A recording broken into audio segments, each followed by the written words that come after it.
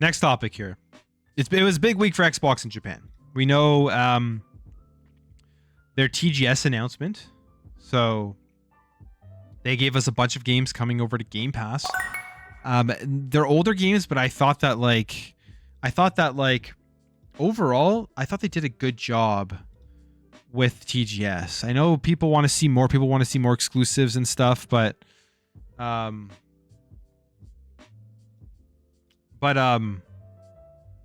thought it was good. I mean, you're getting two big fighters in Blaze Blue and Guilty Gear, which I watched Guilty Gear a ton at EVO. The game looks like a ton of fun.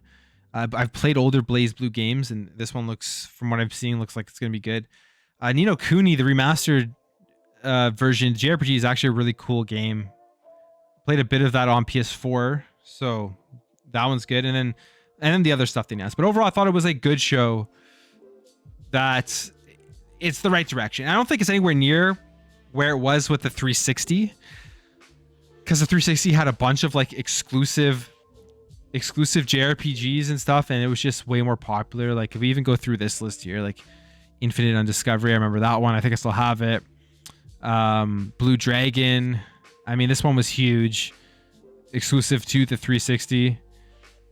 I mean, even now, like Series XS isn't getting the latest Final Fantasy game, which is absurd. Don't even have Final Fantasy 7 remake. So yeah, like all these Final Fantasy games on the 360, Eternal Sonata, Lost Odyssey, a classic. Like, go play it if you haven't yet. So it was a pretty good generation of 360 for Japan and for JRPGs. And you look at the sales in Japan, it was at what, like 1.36 million or something like that. It wasn't even like the 360 was it was successful for Microsoft and Xbox, especially as it being its second generation console. But it's not even like it was like this massive success that all these companies want to put all their exclusive JRPGs on because it has such a huge install base in Japan. The Series XS may outsell, it probably will outsell the 360, and there's still a long ways to go. But we saw stuff like this come out. Like, this is hilarious. Yeah, Phil Spencer and the team, I guess Sarah Bond, and then I'm not sure who that is.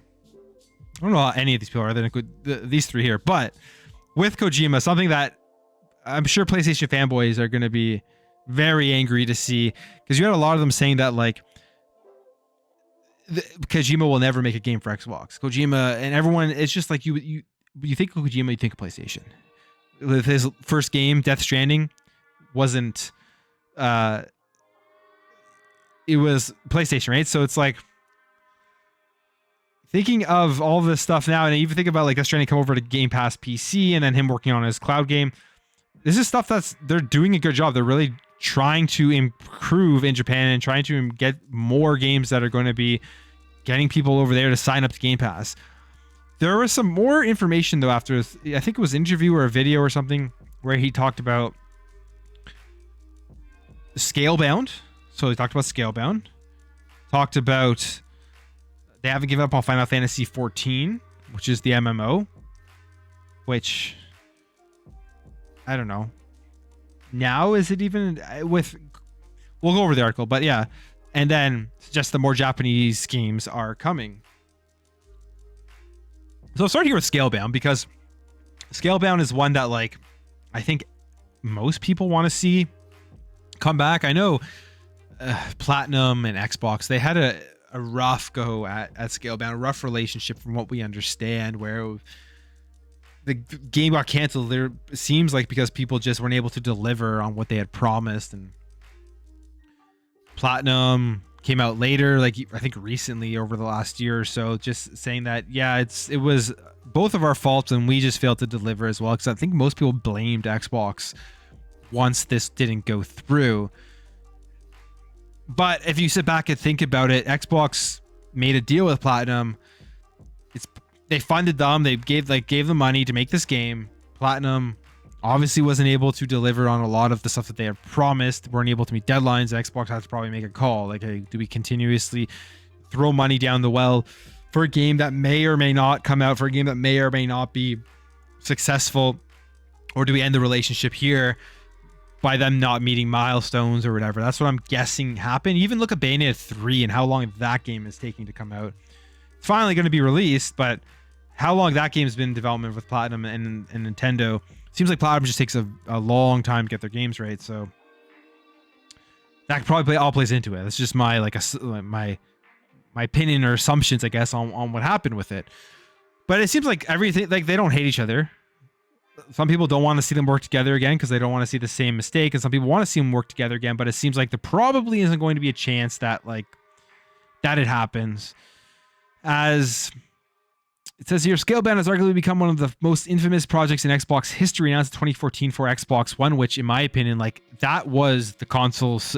When they showed off Scalebound, it was a game that people would have ran out and bought a console for. To me, I thought it looked that good. I was very, very excited for Scalebound when they showed it off. They said the game was planned as a character action titled by Bayonetta director Hideki Kamiya, and I love Bayonetta. I absolutely love Bayonetta. So I do like Platinum. I like their... Bayonetta is one of my favorite series. But following a lengthy period in development, the game canceled in 2017. So that's 3 years after the announcement that it was still in development. They probably are saying that 2017, we're in the works of completely turning around our business from 2014, from the launch of the Xbox One, releasing Game Pass, releasing the Xbox One X. We're already deep in preparation for the Xbox Series X and Series S. We got to make a decision on where we want to. Do we want to continue putting resources in, or do we just cut our losses and go and try to turn this ship around from the Xbox One? Which I think they made the right call, because you look at the Xbox Series X and S right now, it's doing very, very good. The complete 180 from the Xbox One. Just from a business perspective, whether you like the console, you like the generation or not, from a business side, the Xbox One didn't do very well.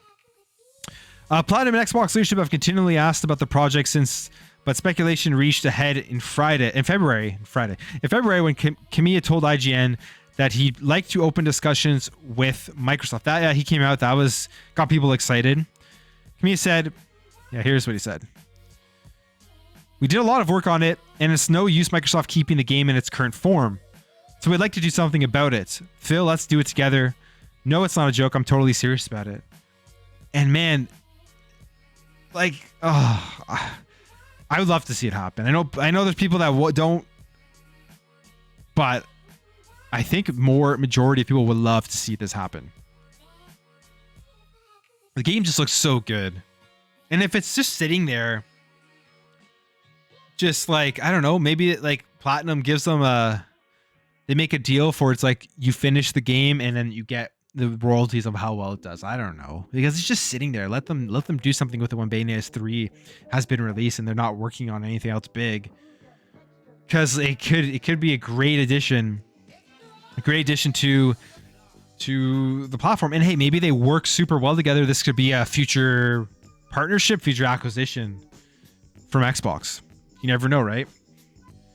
But yeah, if it's just sitting there in a state that's playable but needs to be just finished, I don't know. I don't know why they wouldn't want to take that risk.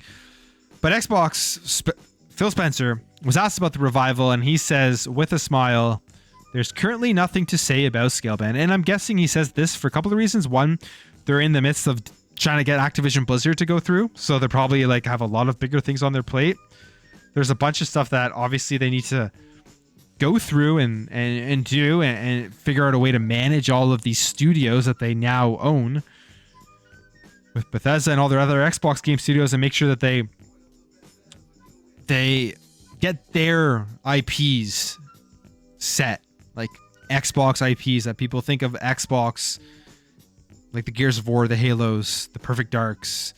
Make sure that all those games are going in the right direction. I mean, we know what's going on with Halo right now. We'll see if this is able to change in the future, but they have to get that huge brand recognition of their main big first-party IPs that have been their first-party IPs since the inception, since Xbox released.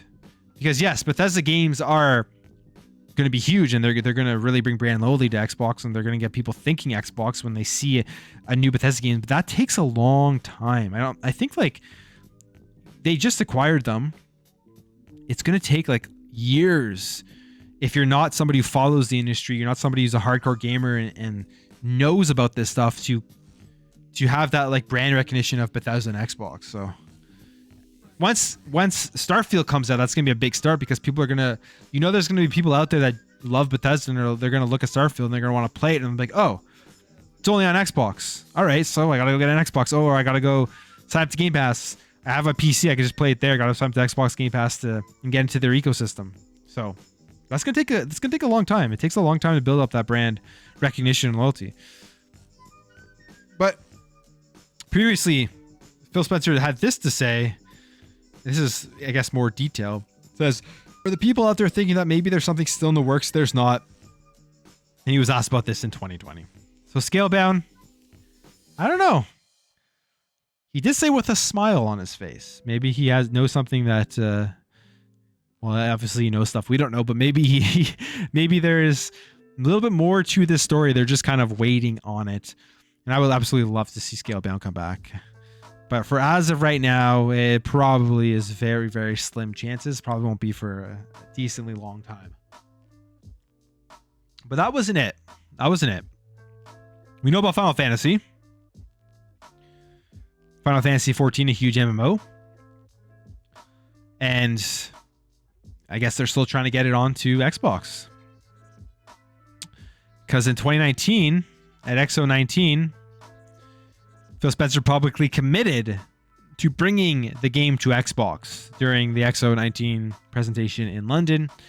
And it's been 3 years and it hasn't come to Xbox. I think right now, it's such a different scenario.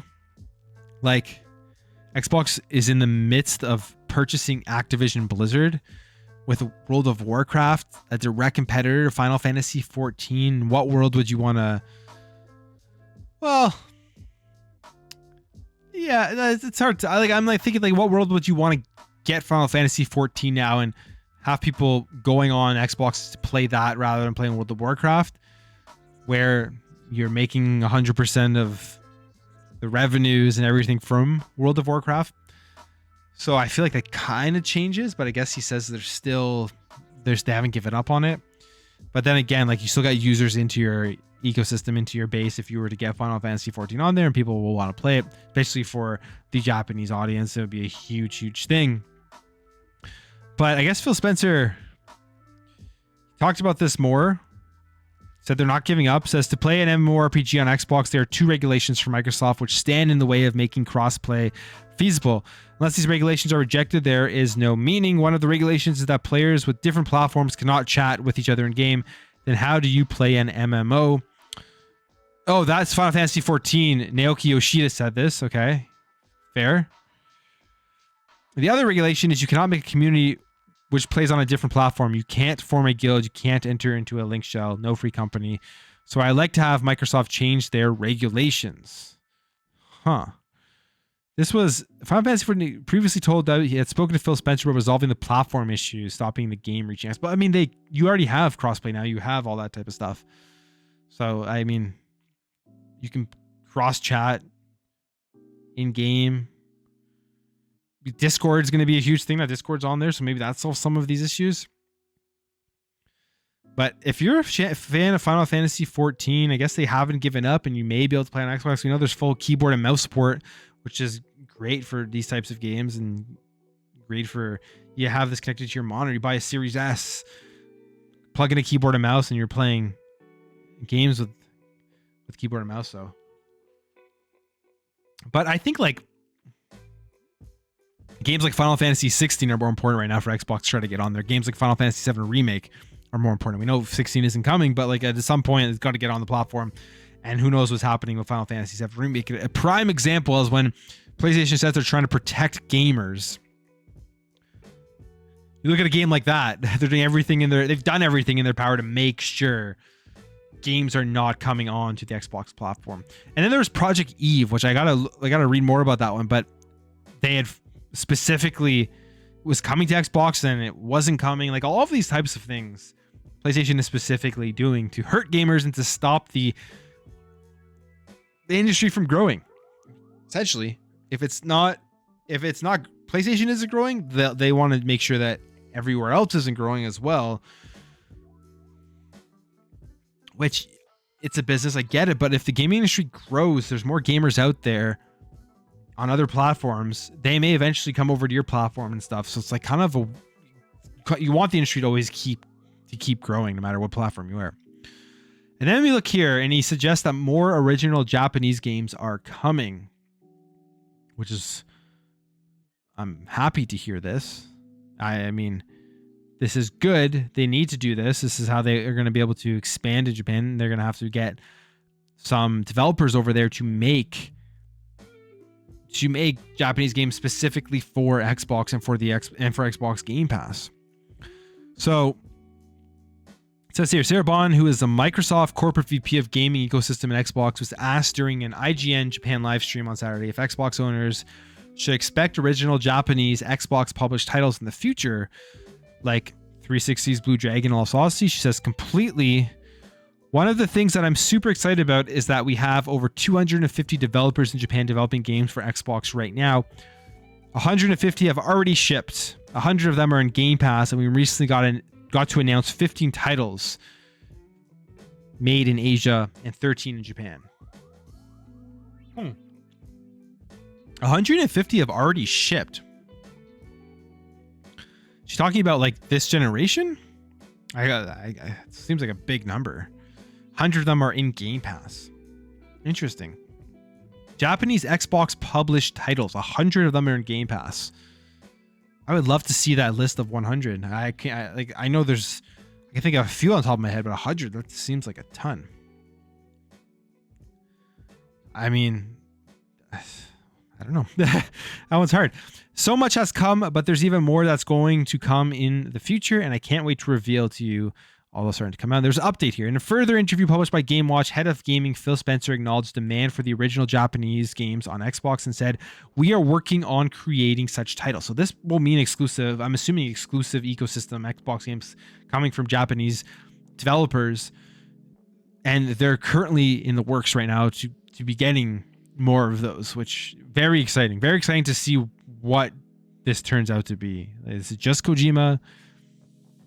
Are they working with Platinum? Maybe he's just saying he can't say anything right now, but you know, that's, to me, if like they're putting all this time and investment into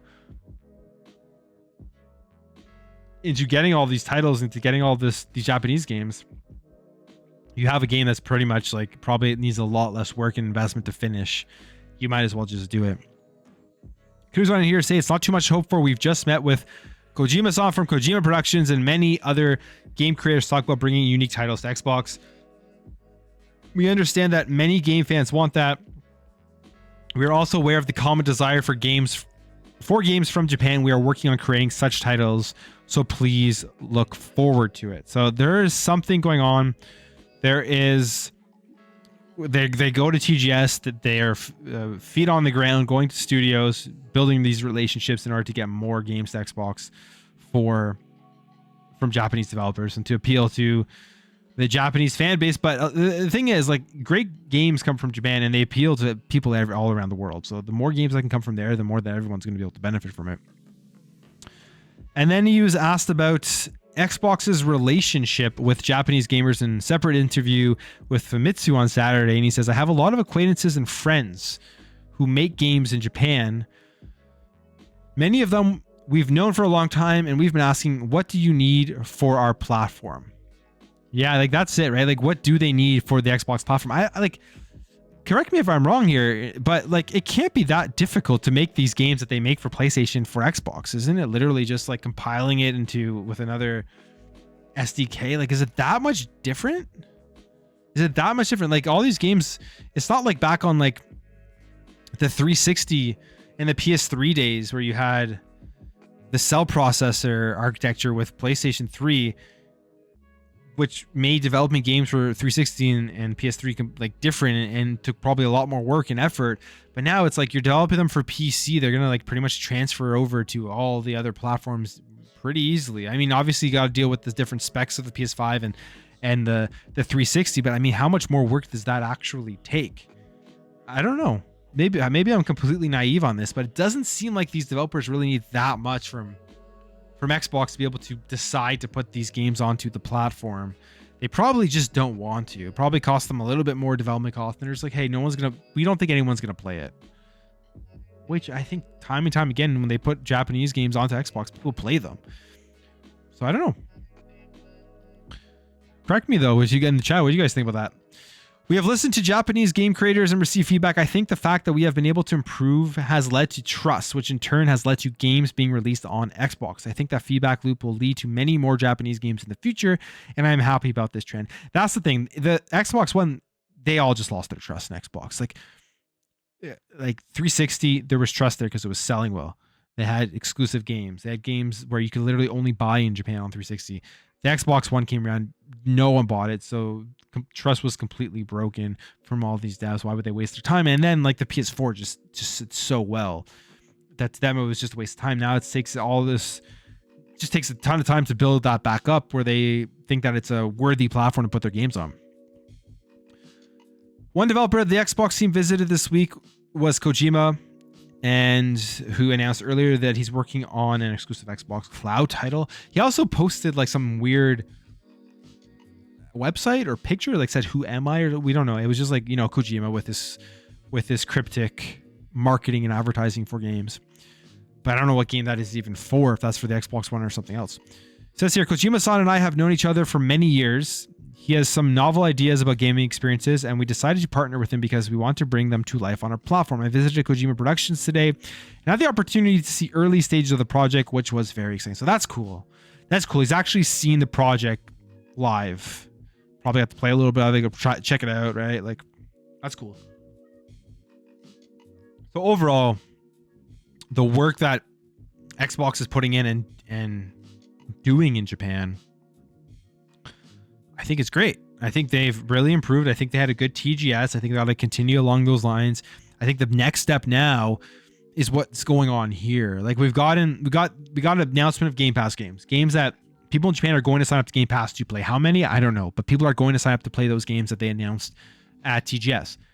The next step here is getting original titles, is getting exclusive Game Pass titles, ecosystem titles that you have to sign up for and make sure they're available via the cloud. If possible, depending on the type of game, have touch controls so that they can all be used in mobile, all of that type of stuff. That's the next step, I think, for Xbox, and that's obviously what they're going for and working towards here. And we'll see how it turns out. Who knows? Like, they're doing a great job, and I think stuff like this really shows you the strategy and the direction of Xbox and where they believe they can go. And what I mean by that is this generation, Series X and Series S are doing great, and 360 did great, but the 360 was a one and done generation. Xbox One didn't do well. Xbox is building a ecosystem that they don't really have to worry about next generation if the next Xbox doesn't really sell that much in Japan, as long as people are signing up to Game Pass. Because if they were to put all this work in here in Japan, we're already 2022, we're already 2 years through this life cycle. We haven't seen an original. I don't think we have. Maybe we have, but we haven't seen like an exclusive Game Pass ecosystem, brand new, big JRPG or something, like a Blue Dragon, like a Lost Odyssey or whatever. I don't know. Like whether you guys know what I'm trying to say. We haven't seen that yet, and they put all this work in. If next generation was a flop, it would be all this work for absolutely nothing, because these developers would just go back to like, why would we put our games on Xbox if no one buys it?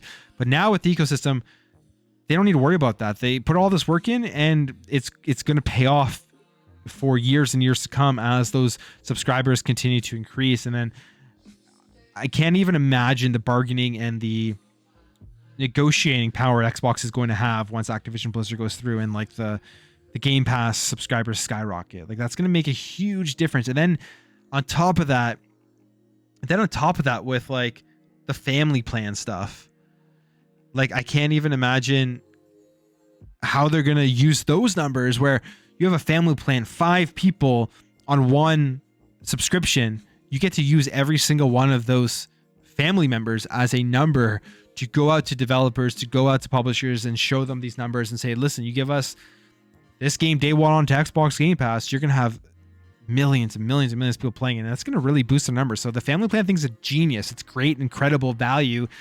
And the business side where they're going to be able to use those numbers is the smartest thing I think Xbox is doing right now with Game Pass.